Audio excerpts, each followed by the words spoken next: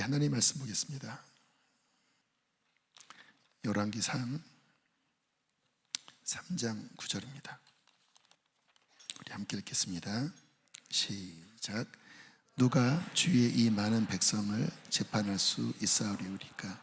듣는 마음을 종에게 주사 주의 백성을 재판하여 선악을 분별하게 하옵소서. 아멘. 네, 분별에 관한 말씀을 지금 2주차 전하고 있는데요. 저는 성경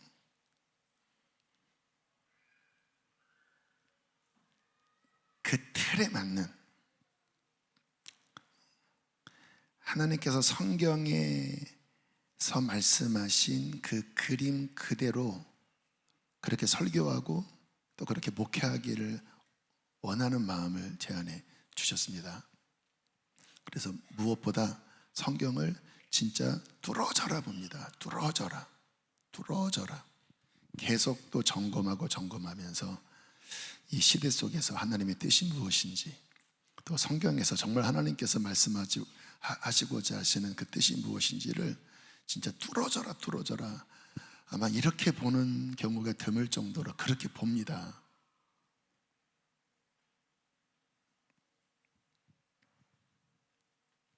성경을 읽어보면 성경에서 진짜 중요한 탑 클래스, 그러니까 성경에서도 여러 주제들이 있어요.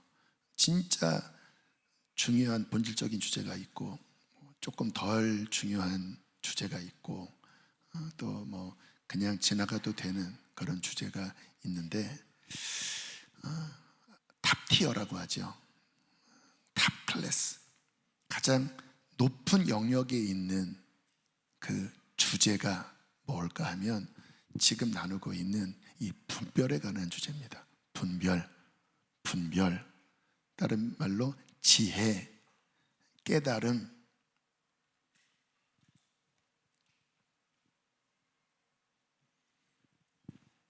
가장 중요한 가르침입니다.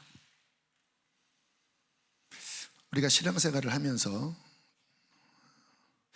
은혜 받았다, 내가 진짜 은혜 받았다, 핵심이 뭔지 아세요? 우리의 깊은 중심에 하나님의 뜻을 깨닫게 된 것입니다. 머리 말고요, 깊은 중심 안에 하나님이 빛이 와서 그 깨달을 때 은혜를 받은 거예요.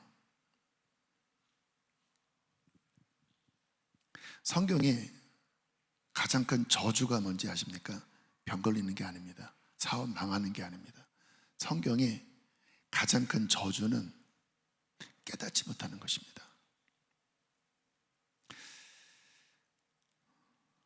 신명기에 보면 우리가 지금 오병이어를 읽을 때 참 이스라엘 백성들이 참 안타깝잖아요.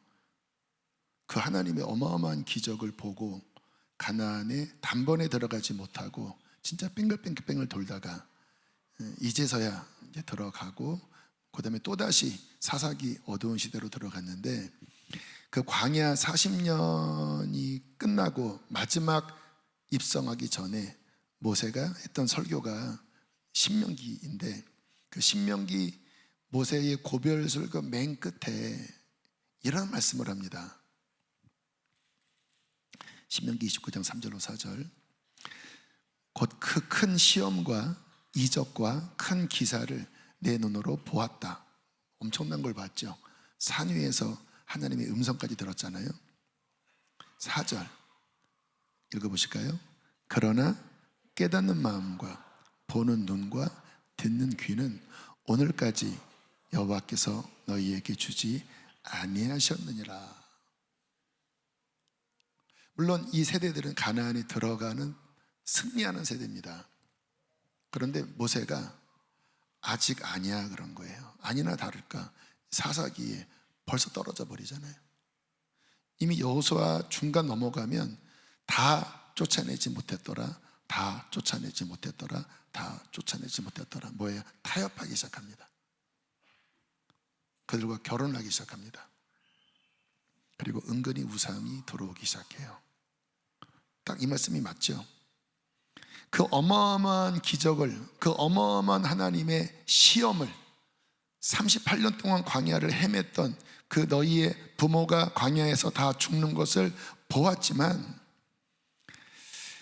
그럼에도 불구하고 아직 너희는 깨닫는 마음, 보는 눈, 영적인 귀, 아직까지 시원하게 받지 못했다.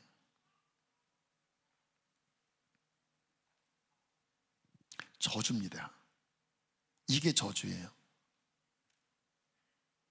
어떤 분들이 뭔가 문제가 생기고 그리고 나타나는 특징을 보면 말씀을 못 깨닫고 들어도 듣지 못하고 점점 은혜의 자리에서 멀어지면서 옛날로 돌아갑니다. 저주입니다. 핵심이 뭔지 아세요? 더 이상 깨닫지 못해요. 각성이 없습니다. 회개하는 마음도 없고 하나님의 말씀이 들리지가 않아요. 그게 저주입니다. 결국 이스라엘 백성들이 이 말씀 그대로 조금 승리한 것 같다가 다시 뒤죽박죽 좀 회복됐다가 다시, 결국 그 이스라엘 역사 후반부쯤에 이제 이사야 선지자를 통해서, 아직 이사야 선지자는 망할 때는 아니고 그 좀 전전쯤 시대인데 이미 하나님께서 더 이상 안 되겠다 하고 이러한 저주를 선포하십니다. 이사야 6장 9절로 10절 제가 읽을게요. 여호와께서 이르시되 가서 이 백성에게 이렇게 말해라. 너희가 듣기는 듣지만 깨닫지 못할 것이요, 저주를 한다라는 거예요. 보기는 보지만 알지 못할 것이다. 이 백성의 마음을 둔하게 하며 그들의 영적 귀가 막히게 하고 그들의 영적 눈이 감기게 하라. 염려하건대 그들이 눈으로 보고 귀로 듣고 마음으로 깨닫고 다시 돌아와 고침을 받을까 하노라. 이 저주가 뭔지 아십니까? 깨달음을 거두겠다라는 거예요. 물론 하나님이 아무 연고 없이 거두는 게 아닙니다. 이 시점쯤 오면 하나님이 수천 번의 기회를 주신 거예요. 수없는 선지자를 보내고 수없는 기적을 보이고 하나님으로서는 더 이상 할 수 없는 정도까지 하신 겁니다. 그런데 또다시 이 백성이 바알에게 가서 엎드리고 아사라에게 엎드리고 몰렉에게 자식을 주고 또다시 우상에게 절하자 하나님이 이사야를 불러서 환상 가운데 나타나시고, 그리고 이 시대에게 선포해라. 영적 눈이 감길 것이고 영적 귀가 막힐 것이다. 이 백성이 행여나 깨달음이 와서 회개의 기회를 가질까 나는 두렵다. 왜냐하면 이미 내가 심판을 명했기 때문에 뭔가 깨달아서 내 앞에 회개하면 내가 용서해 줄 수밖에 없다. 왜? 나는 인자하신 하나님이기 때문에. 그래서 아예 나의 긍휼이 작동되지 못하도록 아예 깨달음을 걷어버리겠다. 이것을 백성에게 선포해라. 저주입니다. 저주. 핵심이 뭐예요? 지혜가 없는 것입니다.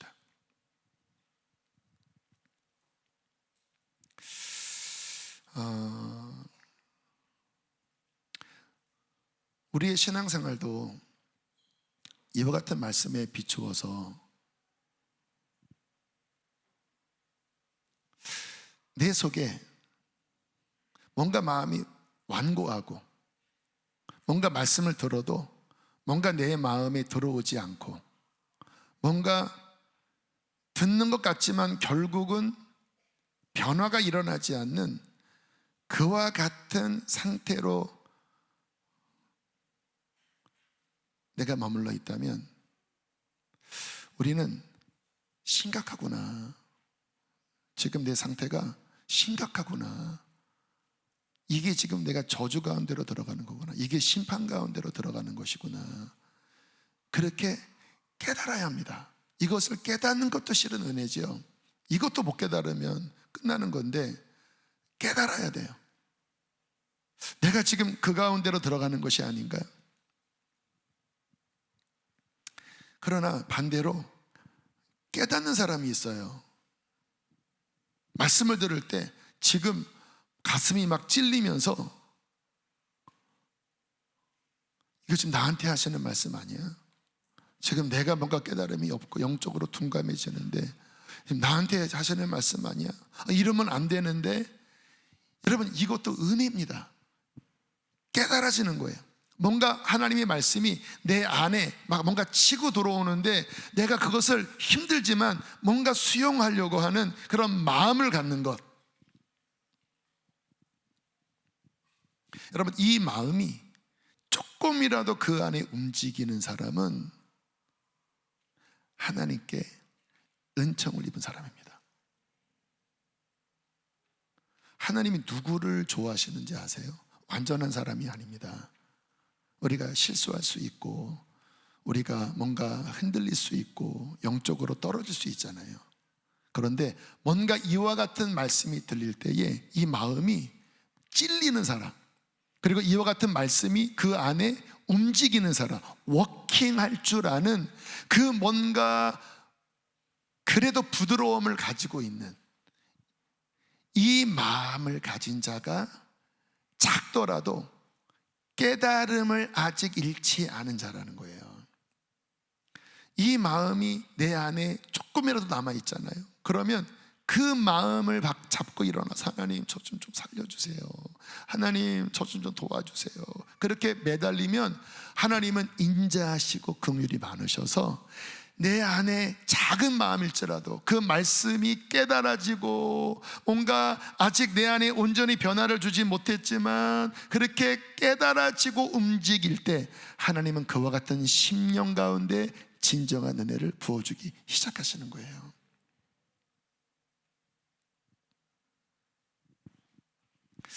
예수께서 이 땅에 오셨지요. 그때 정확하게 이 이사야의 예언이 그대로 성취됩니다.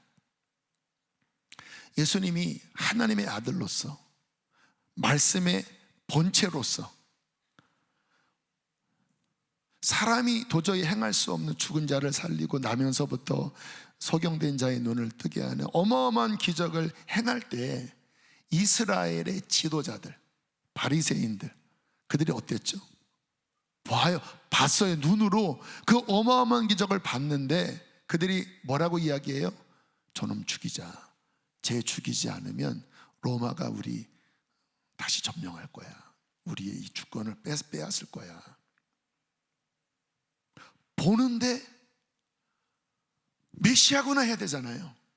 근데 보는데 그래서 충격을 받고 이거 사람이 할 수 없는 일이야 라고 뭔가 이 마음에 찔림이 왔는데 깨달음으로 연결되는 게 아니라 오히려 밀어내 버리는 거예요. 아니야. 저거는 귀신의 힘을 빌리는 거야. 아니야. 저거는 우리의 뭔가 권리를 빼앗는 거야. 아니야. 안식일에 병 고치는 걸 보니까 저거는 잘못된 자야. 이 깊은 심령 안에서는 분명히 뭔가 깨달음이 왔을 것 같은데 완고한 고집으로 그것을 막 밀어내니까 결국은 보아도 보지 못하고 들어도 듣지 못하고 깨닫지 못하고 결국은 예수를 죽이는 자가 되어버리잖아요. 그때 예수님께서 이 이사야의 예언이 그대로 지금 너희 가운데 성취되고 있다. 너희 눈이 감겼다. 그런데 그 중에 소수는 그 예수님을 보고 와, 오셨군요. 주님 말씀 듣고 가슴을 치면서 제가 죄인입니다. 저를 불쌍히 여겨주십시오. 당신이 그리스도시요 살아계신 하나님의 아들입니다. 그 예수님의 진짜를, 그 말씀을 이 마음에 막 깨닫고 막 마음이 막 벌렁벌렁대고 막 마음이 막 두렵고 마음이 막 벅차오르고 막 그분이 하나님의 아들이라고 깨닫는 소수의 사람들이 있었다라는 거예요. 제자들, 병자들, 그 당시 죄인으로 취급받던 세리들, 창기들. 그런데요, 그렇게 주님을 깨닫는 사람을 볼 때마다 주님은 기뻐하셨고 주님이 누구신지 정말 그 하나님이 주신 지혜로 그분을 시인하셨을 때 너무 기뻐하시면서 이렇게 말씀을 하시죠. 마태복음 16장 17절 크게 읽겠습니다. 시작.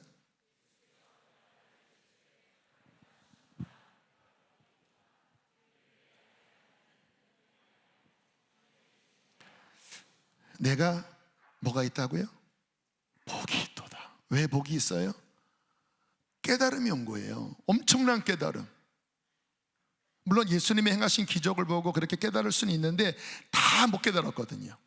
근데 베드로가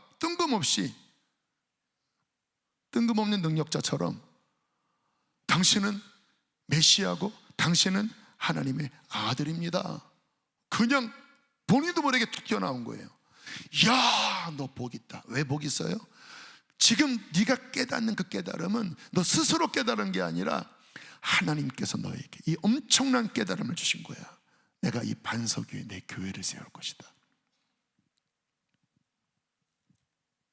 여러분, 깨닫는 것이 가장 큰 복입니다. 깨닫지 못하는 것이 지옥 갈 저주입니다.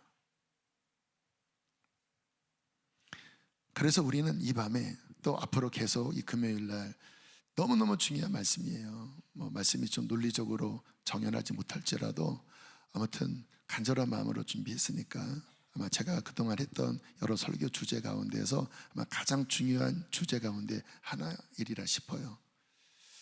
여러분이 간절하게 소원하신다면 주님께서 여러분의 깨달음을 증진시켜 주실 것입니다. 증진될지어다.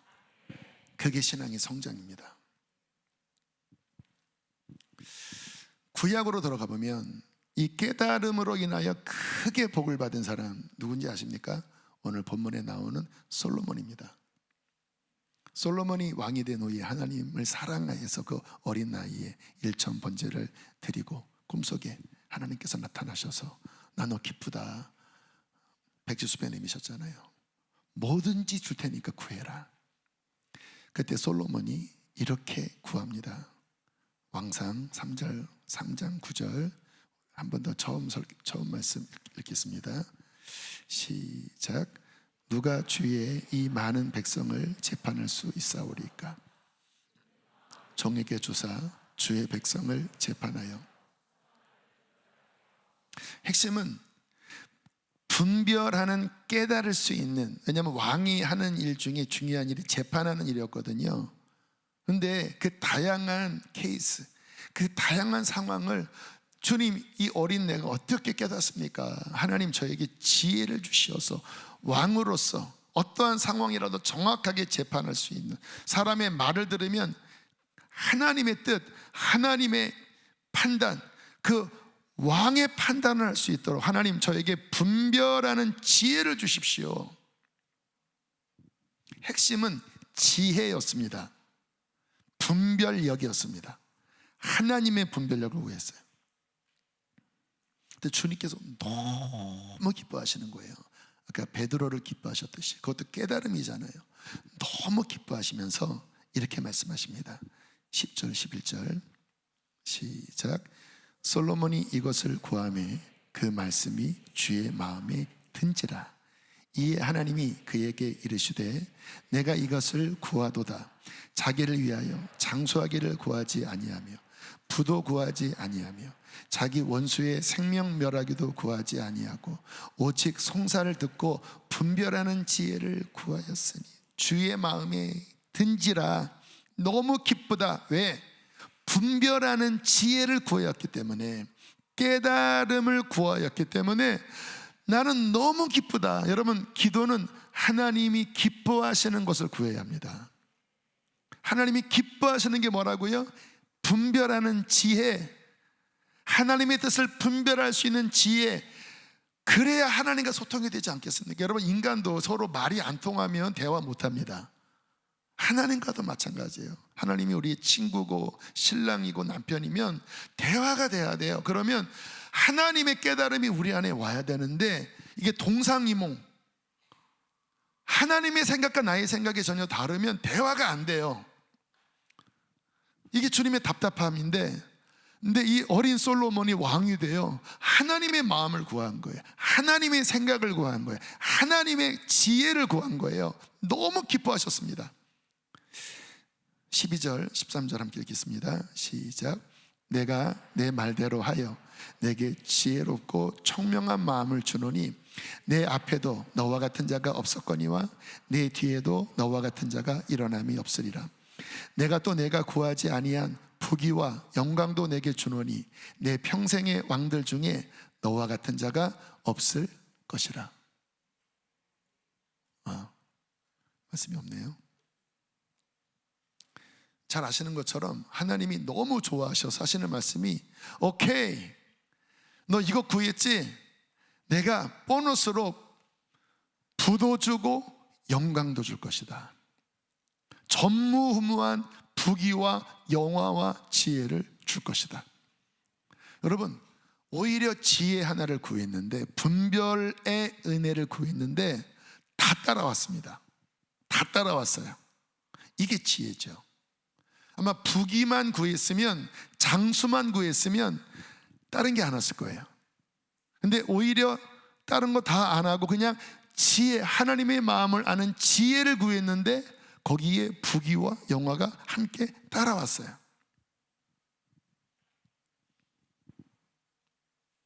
여러분, 이 지혜, 분별하는 마음, 이것은 하나님 안에 있는 가장 높은 수준의 은혜입니다.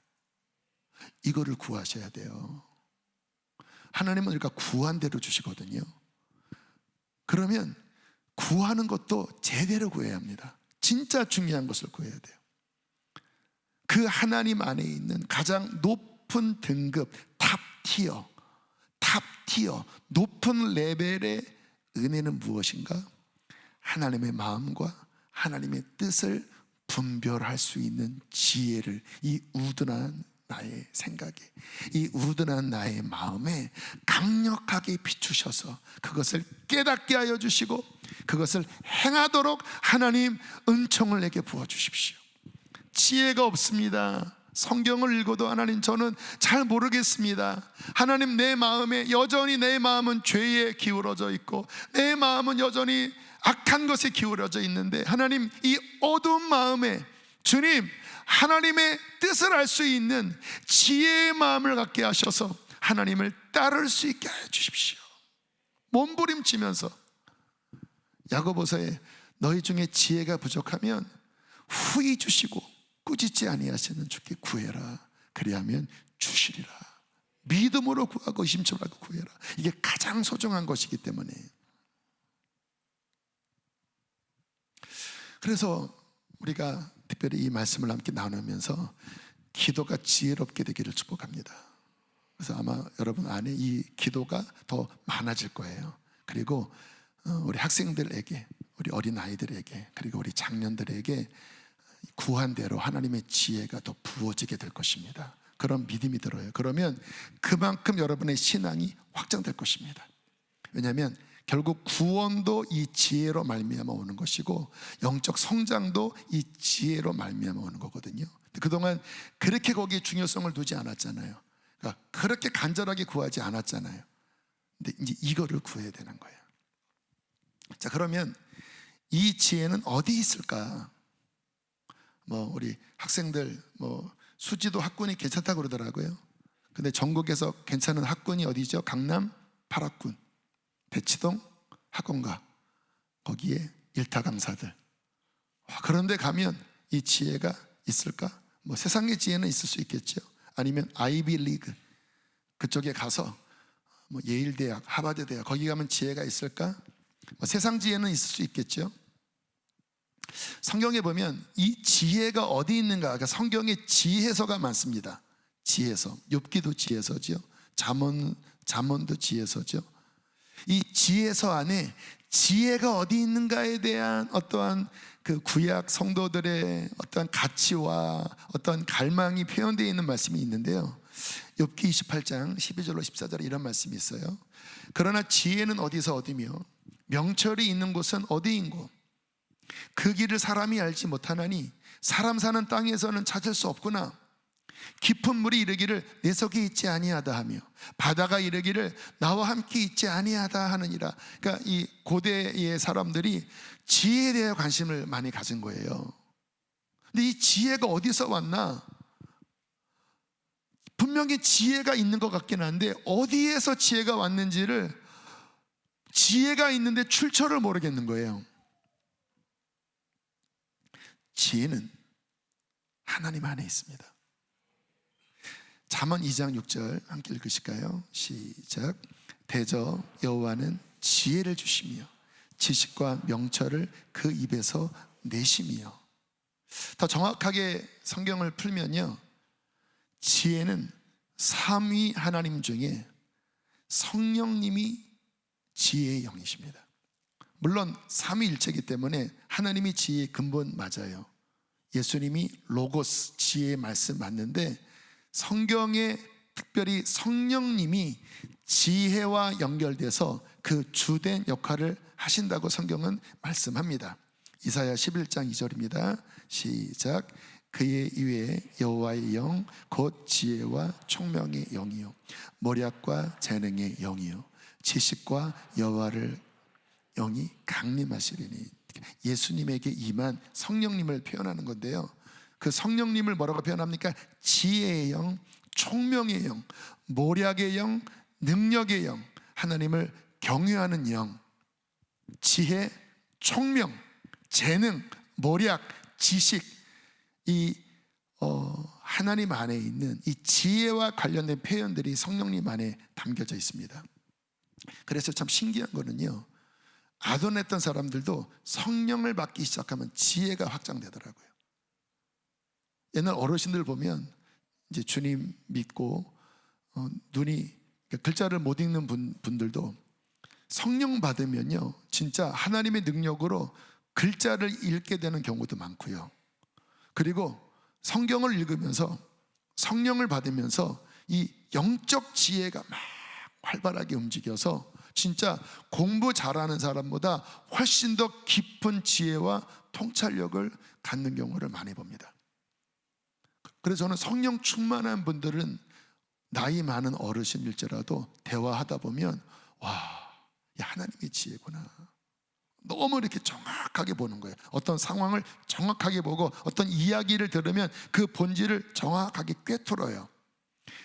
세상 지식으로 말미암은 게 아니라 지혜의 영, 총명의 영, 모략과 재능의 영, 지식의 영, 성령이 그의 지혜를 확장시키신 것입니다. 아이들에게 성령님의 지혜가 부어질지어다. 그러면 다니엘서 같은 경우에는 학문을 깨닫는 지혜가 성령을 통하여 열립니다. 또 은사 같은 경우도 하나님이 어떤 사람을 쓰시기 위해서 어떤 영역의 지혜를 부으시면 그쪽으로 지혜가 특화되게 열려요.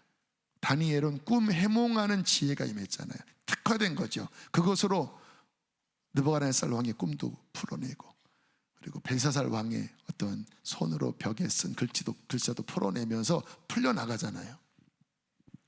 성령께서 어떠한 영역에 특화된 지혜를 주시면서 그 사람에게 어떤 소명을 주시고 어떤 하나님의 뜻을 이루어 나가는데 성령님, 지혜, 소명 연결되는 것이죠. 또 성령님이 이 세상을 창조하실 때 어떻게 지혜롭게 움직이셨는지 시편 104편 30절 함께 읽겠습니다. 시작. 그들을 창조하사 지면을 새롭게 하시나이다. 여러분, 이 세상 만물을 연구하는 분들 보면 이 만물 안에 담긴 그 지혜로움에 경탄합니다. 이 동물들도요, 이 박쥐가 시력이 없잖아요. 그냥 장님이거든요. 그런데 초음파로 사물을 감지하거든요. 소리를 탁 날립니다.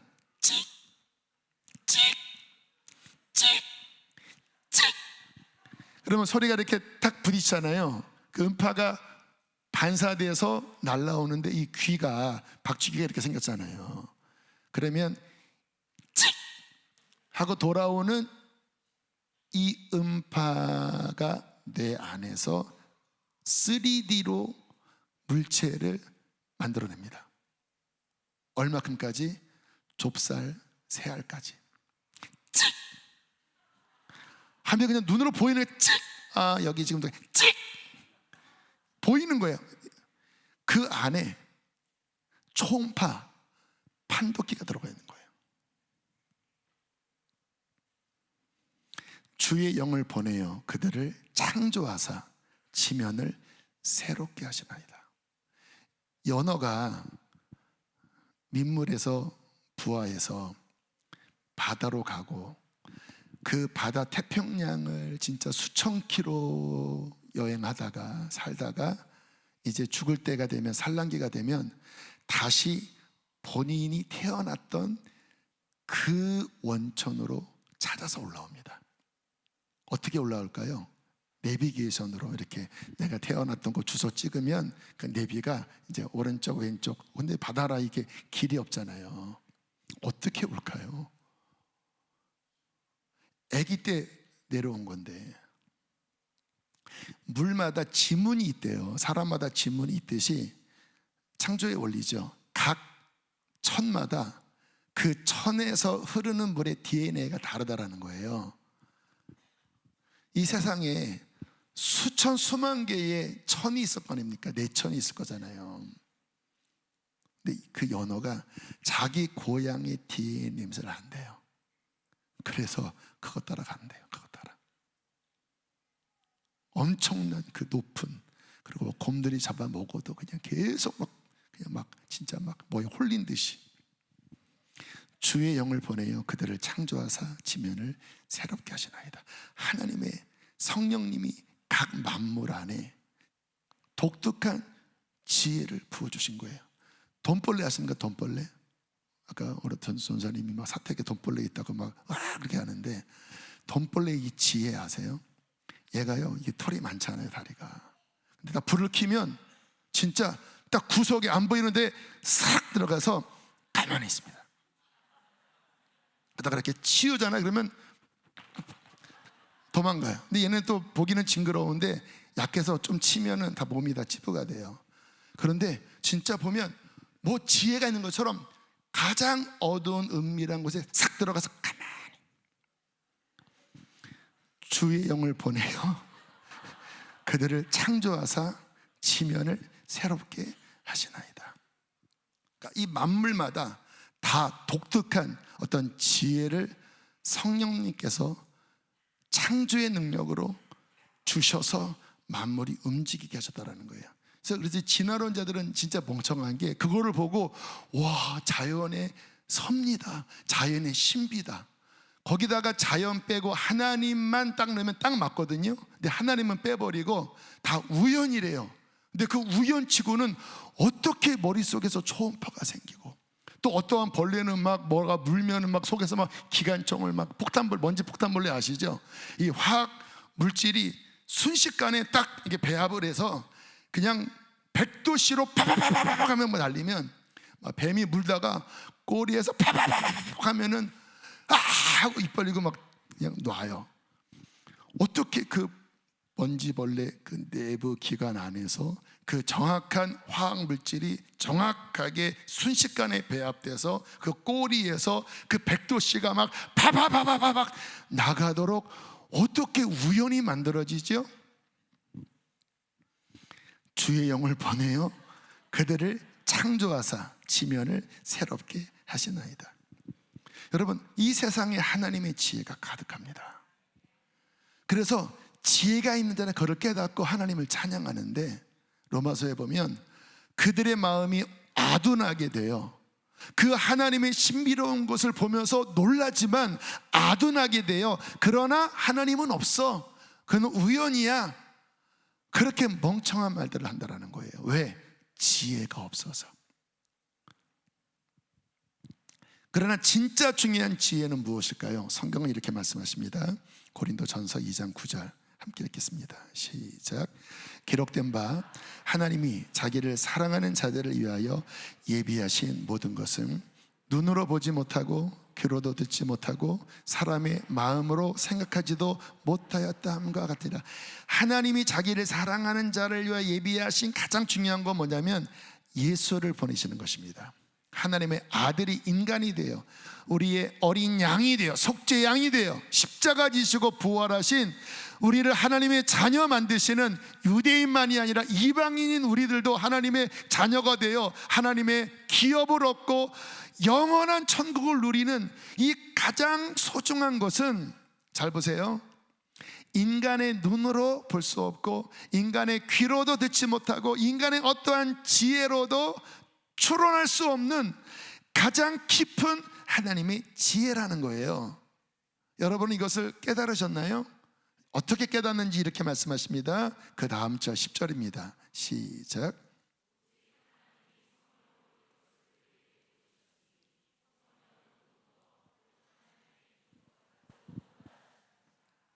누가 깨닫게 하셨다고요? 성령님이. 성령님이 누구세요? 지혜의 영, 총명의 영.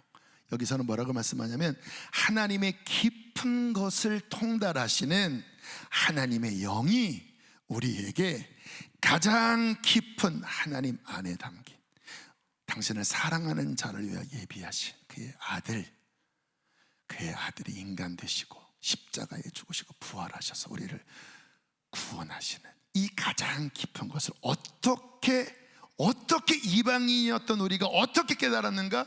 우리의 지혜가 아니라 성령께서 오셔서 그것을 열어주셨고 볼 수 있게 하셨고 들을 수 있게 하셨고 마음에 깨닫게 하셨고 믿게 하셨다라는 거예요. 이게 가장 큰 지혜입니다. 누가 하셨다고요? 성령 하나님이. 성령 하나님은 누굽니까? 지혜의 영이십니다. 모든 지혜의 근원이십니다. 우리에게 지혜를 주시는 분이십니다. 우리는 그 성령 하나님으로부터 지혜를 얻어야 합니다. 우리의 자녀 가운데, 우리 이웃 가운데 아직 예수님을 깨닫지 못하는 사람들이 많잖아요. 못 깨달으면 지옥 가잖아요. 저주라고 그랬잖아요. 진짜 중요한 기도가 뭔지 아세요? 하나님, 성령님, 지혜와 계시의 영을 주셔서 그들의 마음의 눈을 밝히셔서 그들의 어두운 마음의 눈을 밝히셔서 깨닫게 하여 주십시오. 예수가 누구신지를 깨닫게 하여 주십시오. 우리가 죄인인지를 깨닫게 하십시오. 그 십자가의 영광을 깨닫게 하십시오. 이게 우리가 해야 되는 진짜 중요한 기도입니다. 바울 서신을 보면 바울이 했던 중보기도는 거의 이런 내용입니다. 깨달음을 달라는 기도. 특별히 복음을 깨달을 수 있게 달라고.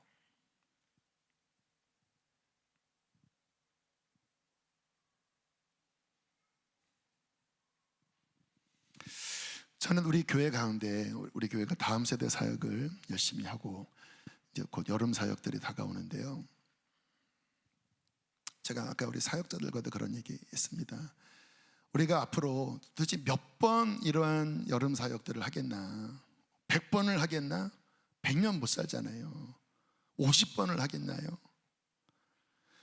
정말 한 번 그러한 시간과 물질을 들여서 이런 사역을 할 때 정말 영혼들이 구원받는 역사가 일어나야 한다. 그것은 프로그램으로 되는 것이 아니라 정말 리더가, 정말 선생님들이, 정말 중보 기도 그룹들이 하나님의 마음을 잘 깨닫고 정말 그 영혼들이 구원받도록 성령께서 역사하시도록 진짜 기도를 돌파하고 하늘의 문을 열고 성령이 역사하셔서 그들이 하나님의 복음을, 하나님의 진리를 깨닫도록 진짜 기도에 승리할 때, 하나님의 진리대로 사역할 때, 그때 그 여름 사역을 통하여 영혼들이 구원받는, 복음을 깨닫는, 회심하는 역사가 일어날 것이다. 이번 여름에 그 일이 일어나도록 우리 기도하자. 아까 우리가 생기에 관한 찬양 불렀잖아요. 뼈들이 연결되고 심줄이 돋고 새살이 돋고 거죽이 돋고 생기가 들어가서 그게 큰 군대가 된다. 어떻게 되는 거죠? 이와 같은 거예요.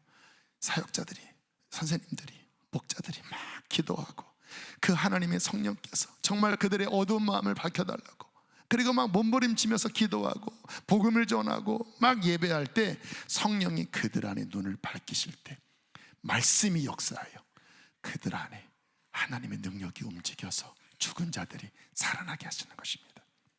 그러니까 우리의 정말 신앙의 본질은 이 영역이에요. 그냥 어떤 프로그램을 했다가 아니라 정말 성령께서 우리의 마음의 눈을 밝히셔서 진리를 깨닫게 하셔서 머리로 깨닫는 게 아니라, 성경은 따라합시다, 지혜와 계시의 영. 에베소서 나오죠. 지혜와 계시의 영, 성령님이죠. 마음의 눈을 밝혀서 하나님의 은혜가 이 마음에서 깨달아지고, 우리의 죄인됨이 마음에서 깨달아지면서 회개가 열리고 예수님의 십자가가 믿겨지고, 그 믿음이 나의 중심과 나의 삶을 변화시키는 전위적인 깨달음으로 역사하는 것이 우리의 사역의 본질이고 신앙의 본질입니다.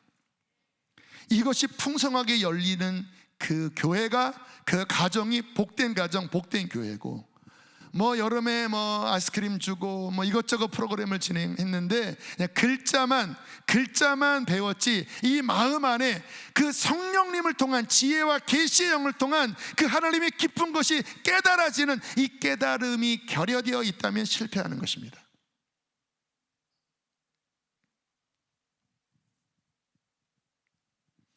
저는 그래서 이것을 강조합니다. 하나님, 여러분 이 말씀 듣고 바울 서신 읽어보십시오. 다 이것을 기도하고 있는 거예요. 하나님, 깨달아지게 해주십시오. 하나님, 열어주십시오. 더 열어주십시오. 다음 세대 가운데 열어주십시오. 하나님, 우리의 목장 가운데 열어주십시오. 새신자가 오잖아요. 주님, 깨달음을 주십시오. 지혜와 계시의 영을 주십시오. 하나님의 깊은 것을 알게 하여 주십시오. 여러분, 우리나라가 한참 부흥했을 때에 이 깨달음이 삼천리 방방곡곡에 가득했습니다. 그래서 그 당시에 회심하는 어떤 간증을 들어보면요, 그냥 교회에 앉아 있다가 갑자기 성령의 음성이 들려서 내가 너 사랑한다. 김명래 선교사님 그랬다잖아요. 그분 가정사가 아주 복잡했잖아요. 아버지가 술집하고 어릴 때부터 온갖 더러운 거 다 보고 인간의 삶을 정말 학대하고 할 때 어떻게 우연히 교회 갔는데 그냥 지혜와 계시형이 임한 거예요. 하나님이 세상을 이처럼 사랑하사. 요한복음 3장 16절 듣는데 성령님이 이 마음 깊은 곳에 내가 너를 사랑한다, 너를 기다렸다. 그 한 말씀에 성령님의 한 번의 깨달음으로 이번에 획가닥 뒤집어진 거예요. 그리고는 너무 행복해서 그냥 교회에서 살았대요. 이분이 교회 출신이 아니니까 그냥 교회 가면 사람들 만날 때마다 놀다 가세요 그랬다는 거예요. 그 말은 뭐냐면 우리 함께 교제하고 교회 오래, 이게 아니라 그냥 아는 말이 그 술집에서 배웠기 때문에 그냥 놀다 가세요. 그러나 수요일 날 완전 초신자인데 불 받은 분이에요. 성령의 빛으로 그냥 한 번에 획가닥 뒤집어져 너무 행복해서 수요 예배 저녁에 누가 놀러 왔는데 어떻게 하다가 교회에 들렸는데 이때 초신자가 놀다 가세요 하니까, 그 당시에 좀 순진했던 시절이라 그냥 그분들이 알겠다고 하고 그냥 수요 예배 드리고 그냥 끝나고 그럼 교회에서 놀지요 하고 이제 저녁에 모였대요. 수요 예배 끝나고 한 9시에 교회에서 우리 놀아요 하고 서로 모르는 이제 한 몇몇 사람이 모였대요. 그래서 이제 그 당시 사차포 이런 게 있거든요. 그거 하다가 이제 12시간이 할 게 없더래요. 김영래 선교사님 갔습니다. 그리고 뭐 하나? 그럼 우리 기도해요. 근데 갑자기 저기서부터 통곡하기 시작하래. 주여, 이 죄를 용서해 주십시오. 사차포 놀다가요 하다가 이제 갑자기 초자연적이죠. 근데 그 당시에는 그런 게 비일비재했습니다. 새벽 정소리 듣는데 하나님이 부르시는 음성처럼 들어서 교회 가다가 눈물 콧물 쏟은 분들, 부흥이 어떻게 끌려왔다가 거기서 꼬꾸라진 분들, 부인 잡으러 왔다가 꼬꾸라진 분들, 그냥 놀러 갔다가 성경학교 갔다가 불 받은 사람들, 여기도 아마 그런 간증 주인공들이 계실 거예요. 아니면 여러분들의 부모님이 그런 분들 계실 거예요.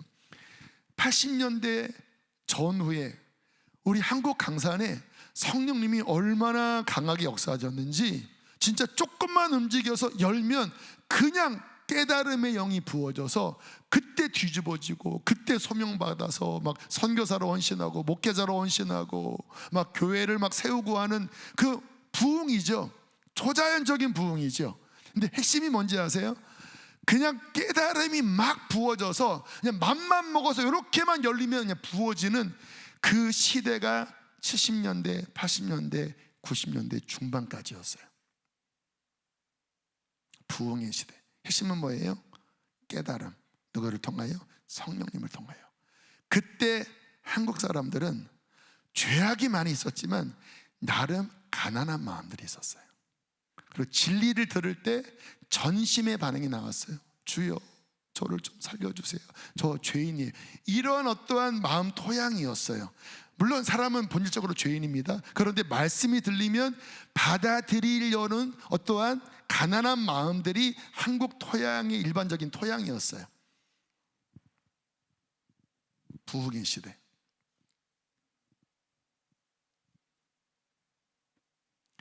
지금은 어떤 시대일까요?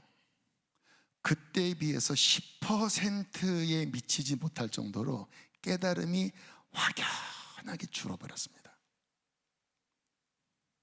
진짜 보기는 보아도 보지 못하고 듣기는 들어도 듣지 못하고 눈이 감기고 귀가 막혀서, 그래서 뭔가 깨달아지질 않아요. 여러분 아시나요? 화요전도 아이들한테 전도하잖아요. 그러면 아이들 중에서도 완악하게 진짜 안티 크리스찬 아이들도 많다고 그래요.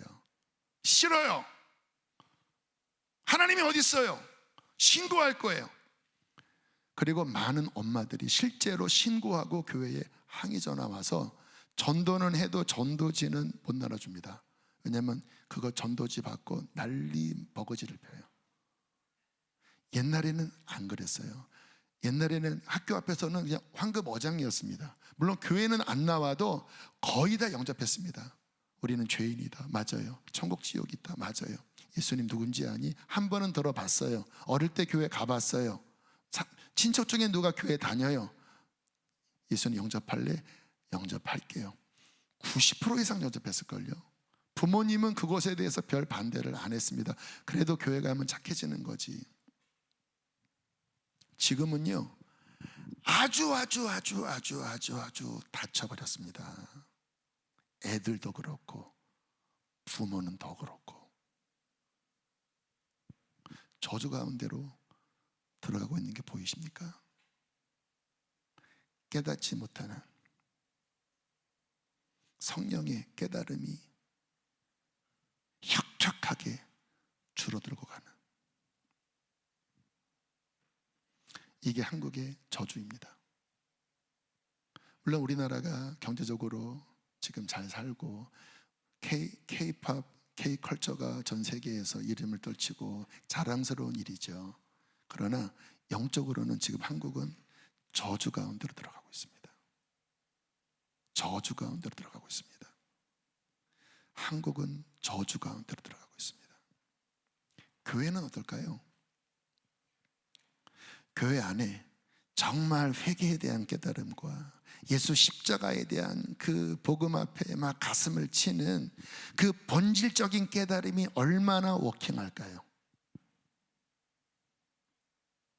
그래도 우리 교회는 거기에 몸부림칩니다. 제가 이런 마음을 갖고 있으니까 우리 복음 인카운터, 제자훈련, 또 막 어떤 예배 때마다 이 부분에 목숨 걸으려고 하는 교회입니다. 그러나 쉽지 않아요.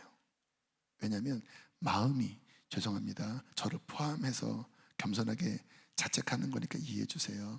마음이 너무 높아져 있습니다. 너무 높아져 있습니다. 너무나 많이 알아요. 교만하면 깨달음이 상대적으로 그만큼 낮아집니다. 나 이것도 해보고 저것도 해보고 나 이런 경험도 해보고 은사도 받아봤고.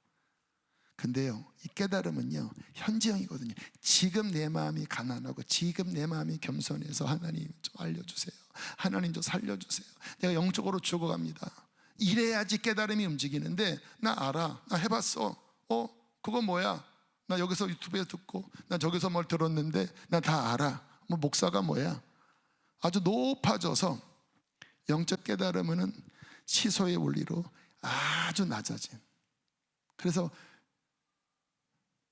예수님이 그 당시에 어떤 속담을 했던 것처럼 피리를 불어도 춤을 추지 않고 애곡하여도 울지 않는 영적으로 아주 탁탁하고 강팍한 분위기가 지금 한국교회의 영적 분위기예요. 여러분은 어떻게 보실지 모르지만 제가 보기에는 그래요. 상당히 너무나 높아져 있고 가슴을 치는, 정말 겸손하게 머리 지식이 아니라 정말 가슴 안에 그 하나님의 말씀 앞에 몸부림치고 그 말씀을 깨닫고 그 말씀을 살아내려고 하는 이와 같은 순전한 신앙은 아주 적고, 그냥 머리만 커지고 뭐 은사는 있지만 너무 뭔가 영적으로 강팍한 그러한 시대가 지금 시대입니다. 한국은 저주 가운데로 들어가고 있습니다. 우리가 나라를 위해서 기도할 때 제대로 기도해야 합니다.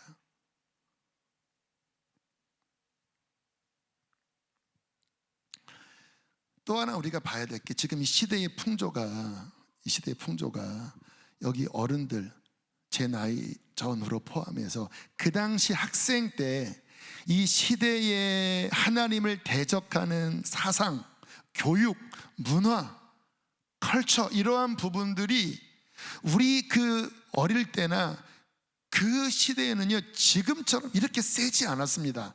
또 그런 것들을 접하려면 상당히 많이 시간과 어떤 물리적인 거리를 움직여야 그와 같은 악을 접했고, 그냥 물론 인간은 죄인이었지만 그냥 어떤 기본적인 어떠한 양심과 기본적인 도덕과 어떤 보편적인 어떤 인식의 범주안이 있었어요. 지금처럼 뭐 동성애 그건 나쁜 거예요, 어떤 음란물 이런 얘기 좀 그런데, 우리 때는 그 세운상가인가 낙원상가, 아무튼 그 종로 어디에를 가면 그 파는 데가 있어서 그거를 가서 몰래 이렇게 또 뭐 이렇게 우리처럼 미성년자는 잘 안 주고 막 간신히 그래서 그 종이로 된 그런 거를 사왔다고 해요.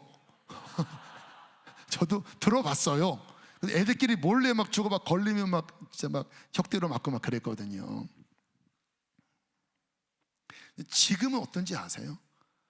그냥 애들이 휴대폰 하나 들고 그냥 두들기면 그냥 온갖, 요즘 뭐 우리가 알고 있는 어른들이 상상하는 그 정도가 아니고요, 진짜 말도 안 되는 것까지 그냥 너무나 쉽게 주고받고 그런 것들 깊이 들어가고, 거기 한번 잡히면 이게 진짜 예수의 보혈과 하나님의 능력과 말씀의 능력 아니면 나오기 힘들 정도로 이 도파민, 이 중독, 아주 강력한 이 음란물의 중독이 돼서 거기에 사로잡혀 영이 죽어가는 이 다음 세대들, 어른들도 마찬가지죠. 뭐 야동은 요즘 우스운 거고 아주 심각한 수위의 그런 것까지 너무나 쉽게 접하는 이 시대. 또 이 사상, 지난주에 문화 막시즘 이야기했잖아. 이 동성애, 지금 일반 가정에 질문을 해요. 당신의 아들이 남자 며느리를 데리고 오면 당신의 아들이 어느 날 남자를 데려와서 나 얘랑 결혼할 거예요, 허락하겠냐? 40% 50%가 어쩔 수 없지. 그것도 지금 이 시대의 트렌드인데 이렇게 허용하겠다고 하는 부모가 약 40% 된다고 그래요. 우리 때는 신앙 불신앙 떠나서 말도 안 되는 이야기였거든요. 시대가 바뀌었습니다. 문화가 바뀌었습니다.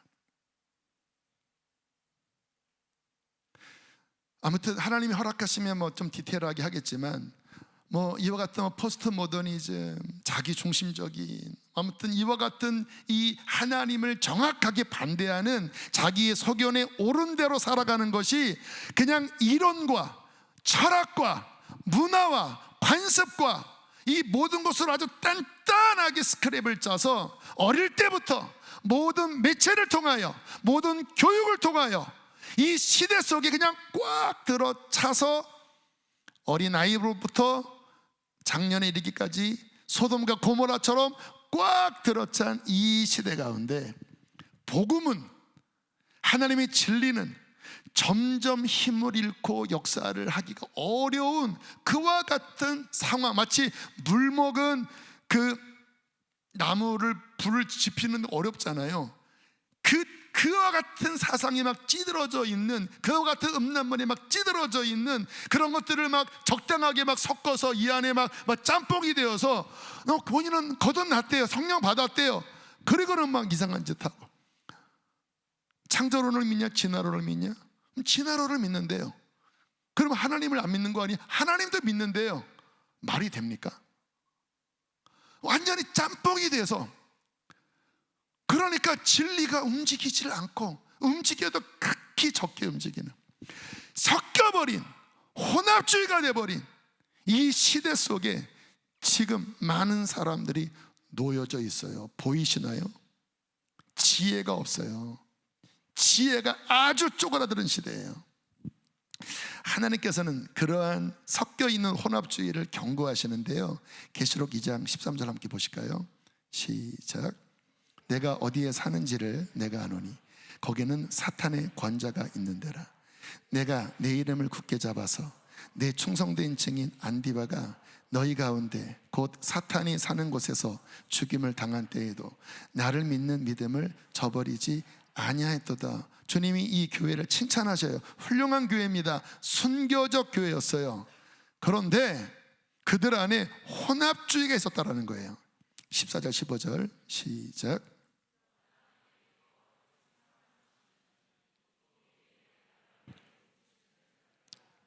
발람이 발락을 가르쳐 이스라엘 자손 앞에 걸림돌을 놓아 우상의 제물을 먹게 하였고 또 행음하게 하였느니라. 이와 같이 내게도 니골라당의 교훈을 지키는 자들이 있다. 그 순교적 교회 안에 이상한 교훈, 이단적 교훈, 마귀적 교훈을 분별하지 못하고 받아들인 무리들이 있었다라는 거예요. 마치 발람 선지자가 이렇게 속였죠. 야, 저주는 못하겠어. 하나님이 막으시니까. 그런데 하나 내가 팁을 알려줄게. 쟤네들 우상 숭배하면 하나님이 버릴 거야. 그러니까 이렇게 해. 너희들 우상 숭배할 때, 그 음란한 짓 할 때 쟤네들을 초청해. 그러면 쟤네들이 이 광야에서 찌들어져 있었거든. 그거 보고 뒤집어질 거야. 우상에게 절할 거고 음행을 할 거야. 그러면 하나님이 버리시는 거야.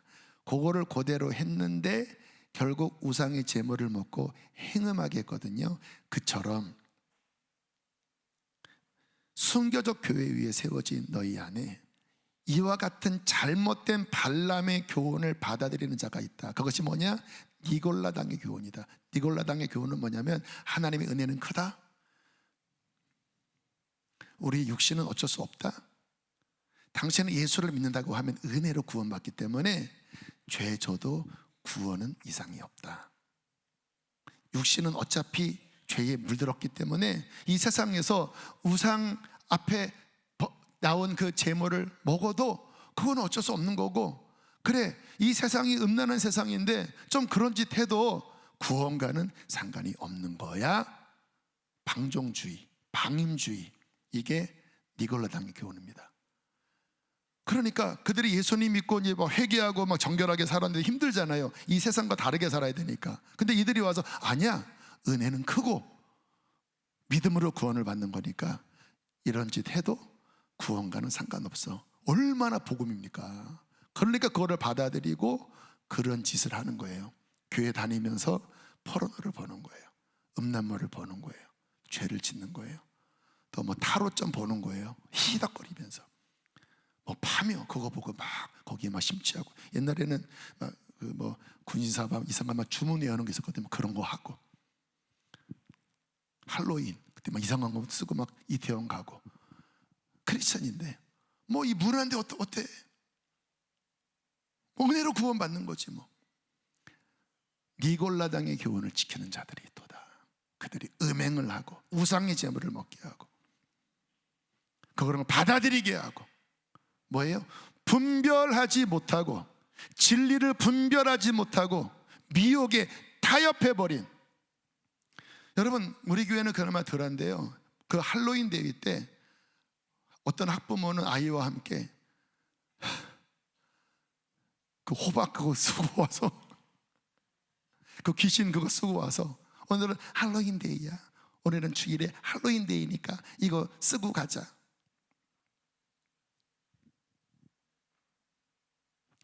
우상의 제물을 먹게 하고 음행을 하게 하고.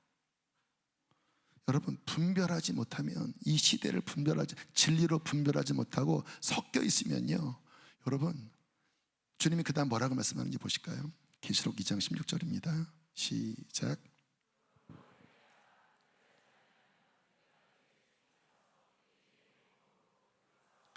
회개하라, 분별해라, 분리하라. 계속 섞여 있으면 내 입의 검으로 그들과 싸우리라. 제가 전에 있는 교회에 어떤 신실한 지역장님들이 있었습니다. 아주 탁월한 리더들이었어요. 근데 그 아들이 좀 묘했어요. 여자 같은 옷을, 남자인데 여자 같은 옷을 입고 말이 어머 목사님 그랬어 뭐 이런 식으로 말을 해요. 키는 크고 덩치는 산만한데, 그래서 아무튼 좀 성향이 그런가 했는데, 어느 날 할머니인가 할아버지 장례식 때 귀신이 드러났습니다. 장례식을 치르는데 이 아이 속에 귀신이 드러난 거예요. 아이도 아닙니다. 20대 그때 중반 이후였어요. 귀신이 드러나서 장례식장에서 골방에서 이 엄마가 귀신 축사하느라고 진짜 사투를 벌였는데, 언제 들어갔는지 아세요? 이 아이가 학생 때 일본 애니 보다가 들어간 거예요. 일본 애니메이션 보다가. 일본 애니메이션, 잡신, 귀신, 이상한 거 되게 많잖아요. 그거 심취하다가 귀신이 들어와서 그 어릴 때 이 생각을 뒤틀어 버리고, 그리고 그거를 교회 다니고 예배도 하고 다 했는데 그게 은근히 들어와서 성향을 바꿔버리고, 그 속에 또아리를 틀다가 결정적일 때 그것이 폭로되어서 아주 집안을 뒤집어 버렸습니다. 그 어머니가 얼마나 사생결단하며 기도하는지. 회개치 아니하면 내가 내 입의 검으로 그들과 싸우리라. 우리 안에 그와 같이 섞인 것이 있지 않는지, 하나님, 내 안에 하나님의 진리가 아닌 것은 주님 드러나게 하여 주십시오. 분별되게 하여 주시옵소서. 잘라버리게 하여 주시옵소서. 오직 하나님의 순전한 누룩 없는 진리가 내 안에 순전하게 채워지게 해주십시오. 그래야 성령 충만함을 정통으로 받습니다. 그거 섞여 있잖아요. 성령이 역사하다가 그 영역에 딱 부딪히잖아요. 그러면 뒤집어집니다. 다 쏟아버려요. 문제는 뭐예요? 분별이 안 되니까 내가 쥐고 있습니다. 그 사상을 쥐고 있어요. 이거 어쩔 수 없지. 그래서 신앙이 어린 사람들의 특징은 이게 섞여 있어서 은혜를 받는데 이 비진리, 누룩, 미혹을 계속 같이 양립해서 붙잡고 있습니다. 어릴 때는 하나님이 일정 부분 허용해 주시기도 해요. 그러나 점점 진리가 들어가고 점점 하나님이 역사하실 때 이것을 폭로시킵니다. 그거 거짓이야, 그거 진리가 아니야, 그거 미혹이야, 귀신의 가르침이야. 그때 어떻게 해야 돼요? 회개합니다. 하나님 죄송합니다, 이거 버리겠습니다. 이 사상을 버리겠습니다. 이 이데올로기를 버리겠습니다. 이 경험을 버리겠습니다. 그때 점점 더 말씀으로 정결하게 되면서 하나님의 성령이 더 순적하게 그 사람 안에 운행합니다. 근데 이거 안 버리잖아요. 근데 충돌이 일어납니다. 은혜 받았는데 갑자기 어떤 부분이 건드려지면 분노가 일어나서 쏟아버리고 진짜 헷갈려서 헷가닥해요. 문제는 뭡니까? 분별하는 지혜가 너무나 아둔해서 영적인 아주 근시 아니라 마이너스 5, 4 너무 안 보이는데, 하나님의 말씀의 약이 당신의 눈을 씻어내고 열려주려고 하는데도 완악한 마음에 그 하나님의 깨달음을 계속 밀어내면 어떻게 돼요? 보아도 보지 못하고 들어도 듣지 못하고 그 눈이 감겨서 더 이상 나머지 있던 깨달음마저 소멸해버리고 마르는 저주 상태로 들어가서 어느 순간부터 은혜 받았다가 교회 안 나오고, 나 목사님 말씀 안 들려, 나 저 말씀 못 받아들이겠어. 근데 가만히 보면 진리인데 본인 안에 어떻게 붙잡았던 그와 같은 사상을 내려놔야 되는데, 분별해야 되는데 이거를 내려놓지 못하는 그 완고함으로 인하여 결국 진리를 차버리고 그 마음이 굳어져서 완고함 가운데 들어가는 저주 상태로 들어가는 그와 같은 문제가 생긴다는 것 아십니까? 그러므로 이 시대에 정말 필요한 것은 분별의 영입니다. 이 시대에 정말로 구해야 될 간절한 기도 제목은 하나님 솔로몬처럼 분별할 수 있는 지혜를 주십시오. 하나님의 마음을 알게 하여 주십시오. 하나님의 뜻을 알게 하여 주십시오. 하나님의 뜻으로 내 생각과 내 마음과 내 모든 영역을 채워주십시오. 어떠한 말을 들을 때 하나님으로부터 오지 않는 것이라면 하나님 쳐내게 하여 주십시오. 하나님의 뜻이면 불편해도, 하나님의 뜻이면 하기 싫어도 그거 붙잡게 하여 주십시오.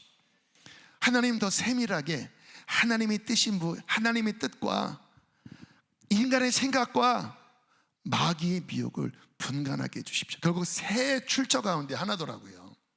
하나님으로부터 온 감동이든지 내 자아로부터 오는 감동이든지 마귀로부터 오는 미혹이든지. 내 자아와 마귀는 한 짝이고요, 내 영과 성령님은 한 짝이고요. 근데 이게 같이 움직여요. 아세요? 제가 하나님 앞에 열심히 구했습니다.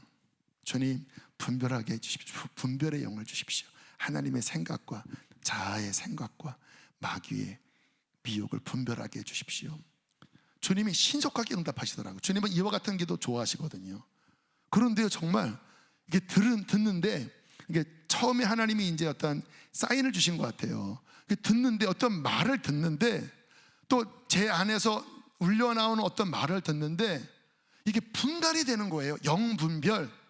이거는 하나님의 생각이야. 이거는 너무 따뜻하고 마음을 감동하고, 이건 하나님의 생각이야. 근데 요만큼 있더라고요. 근데 어떤 생각과 말이 움직이는데 이거는 미혹이야. 미혹이가 아니라 미혹이야. 미혹. 이거 마귀의 꼬드김이야. 이게 싸하더라. 느낌이 싸하더라고요. 근데 어떤 말이 움직이는데 이거는 내 자아의 소리야. 자아의 소리. 이렇게 분간이 되더라고요. 제가 하는 일은 뭐냐면 하나입니다.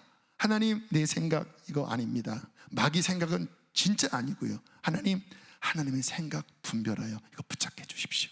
하나님의 뜻 붙잡게 해주십시오. 여러분, 지금까지 제가 하는 주된 기도는 뭔지 아세요? 어떤 상황 속에서 모르겠어요. 하나님의 뜻이 무엇인지 모르겠다니까요. 제가 어떻게 합니까? 제가 하는 기도는 뭐냐면, 주님, 분별하게 해주십시오. 주님, 내 뜻을 내려놓게 해주십시오. 하나님 마음 좀 알려주십시오. 그렇게 매달리면은 이렇게 뭔가 어느 순간 빛이 오듯이, 또는 성경을 읽다가 성령님이 이렇게 딱 모아주십니다. 이게 주님의 뜻이군요. 그러면 잘 들으세요. 주님의 뜻을 깨달으면 그렇게 사냐? 제 마음이 거기에 동의가 되냐? 안 될 때가 많습니다. 왜요? 인간의 마음은 어둡거든요. 근데 빛이 왔어요. 근데 내 마음이 따라가기 싫어요. 그럼 그 다음 어떻게 하는지 아세요? 주님, 그렇게 살도록 좀 도와주십시오. 이 진리가 내 안에 온전히 점령되도록 하나님 도와주십시오. 그래서 하나님의 진리가 사라질 수 있도록 성령께서 더 깊이 깨달음을 주시도록 기도할 때 비로소 움직여지고, 깨달아도 내가 그렇게 막 싫어서 막 밀면서 뭔가 줄다리기를 할 때 내 신앙에 갈등이 일어나고, 이거를 끝내 버려버리면 그 다음부터 깨달음이 확 줄어들어서 영적으로도 헤매더라고요.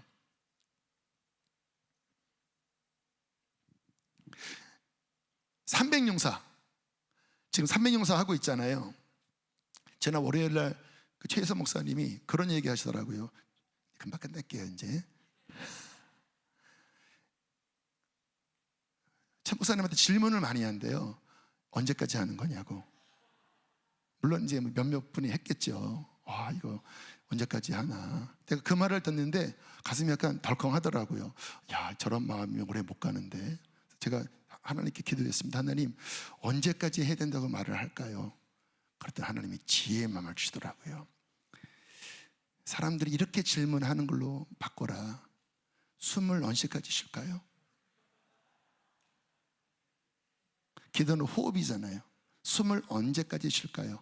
언제까지 쉬어야 돼요? 죽을 때까지. 죽으면 숨 안 쉬면 돼요. 기도는 언제까지 할까요? 죽을 때까지. 자, 보세요. 그런 마음이 들어서 이게 대답이 되겠다. 누가 물어보면 언제까지 300년 사야 돼요? 숨 언제까지 쉴 거예요? 이렇게 하면 되겠다. 근데 이제 이렇게 이게 이제 하나님의 생각이잖아요. 기도는 호흡이고 쉬지 말고 기도하라고 했으니까 진리잖아요. 자, 보세요. 자, A, 지혜가 있는 사람. 아멘. 아멘. 하나님, 죽을 때까지 기도하기 원합니다. 마지막 죽는 순간에 나는 그 병원에 있든 집에 있든 하나님 기도줄을 붙잡고 아버지 아버지 하면서 죽기를 원합니다. 주님, 그것이 저의 소원입니다. 이 사람은 복 있는 사람이에요. 그냥 그 깨달음이 그 사람 안에 그대로 들어온 거예요. B, 두 번째, 좋은 말이야. 근데 하기 싫어. 나를 이번 한 학기하고 나는 그만둘 거야. 그런데 하나님, 저도 좀 목사님이 그렇게 기도 훈련한 것처럼 저도 하고 싶어요. 하나님 도와주세요. 도와주세요. 하기 싫은 마음이 있는데 하나님 할 수 있는 힘을 주세요. 그러면 이 깨달음이 내 안에서 밀려지는 게 아니라 아무튼 내가 막 받아들이려고 하는 마음으로 움직이잖아요. 그때 성령께서 은혜를 주셔서 내 마음 안에 할 수 있는 지혜를 더 열어주십니다. 그러면 그렇게 몇 번 며칠 기도하고 나면 그 다음부터는 마음이 편안하게, 그래 기도하듯 숨을 쉬듯이 기도해야 돼, 그렇게 내 안에 점점 점령되기 시작해요. 이게 지혜라는 거예요. 근데 어떤 사람은 어떻게 그렇게 진짜 짜증나게 해? 목사님의 시간이 많으니까 그렇지. 숨을 뒤지라고 막 승질내고 막 알아 이제부터. 그럼 어떻게 돼요? 이 말씀이 툭 떨어져서 완고함 가운데로 그는 굳어져 버립니다. 마지막 마태복음 13장 23절 말씀 읽고 기도하겠습니다. 함께 읽으실까요? 시작.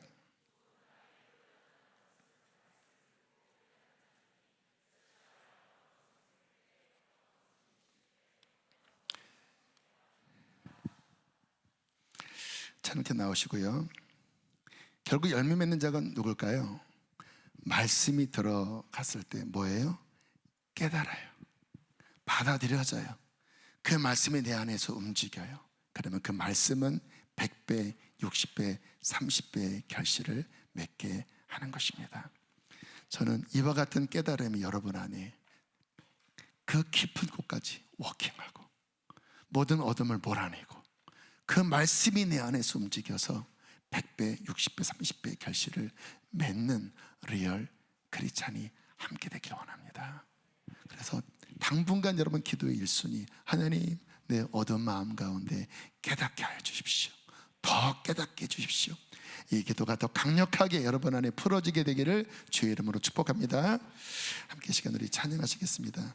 몇 주 전에 새벽 예배 김우진 목사님 한번 부르고 리뉴 집회 때 했던 건데요, 시편 51편에 나오는 그러한 찬양입니다. 함께 시간 이 찬양 부르고 기도하겠습니다.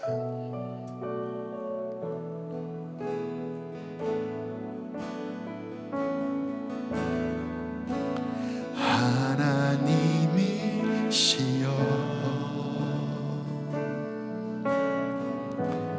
나의 모든 죄를 도말하소서. 주의 자비를 쫓아 죄악을 깨끗이 씻기소서. 중심의 진실함을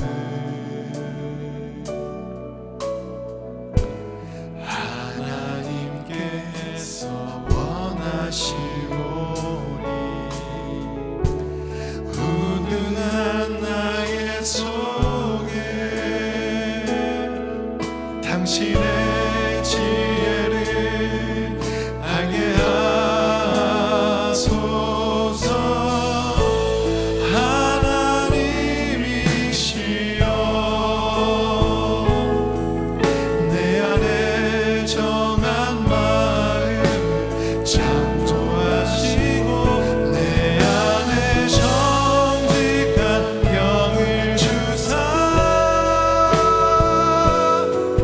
새롭게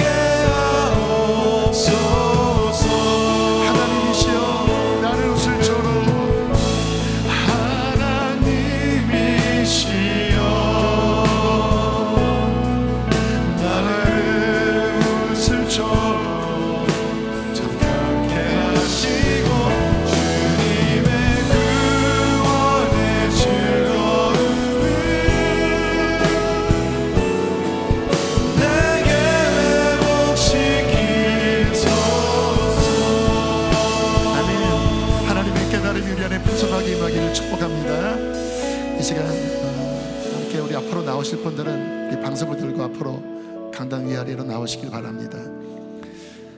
주님께서 우리 안에 그분의 지혜의 영을 더 풀어주실 것입니다. 어둠들이 떠나가고 상한 부분들이 고쳐지고 우리 안에 더 하나님의 마음을 풍성하게 알게 되는 그 풍성함들이 우리 안에 더 부어질 줄로 믿습니다. 이 시간 하나님 사모합니다. 하늘의 문을 열어주시옵소서. 지혜의 문을 열어주시옵소서. 모든 우둔한 것들을 다 씻어주시옵소서. 이렇게 우리 두 손을 높이 들고 주여 간절히 세 번 부르시고 함께 시간 기도하시겠습니다. 주여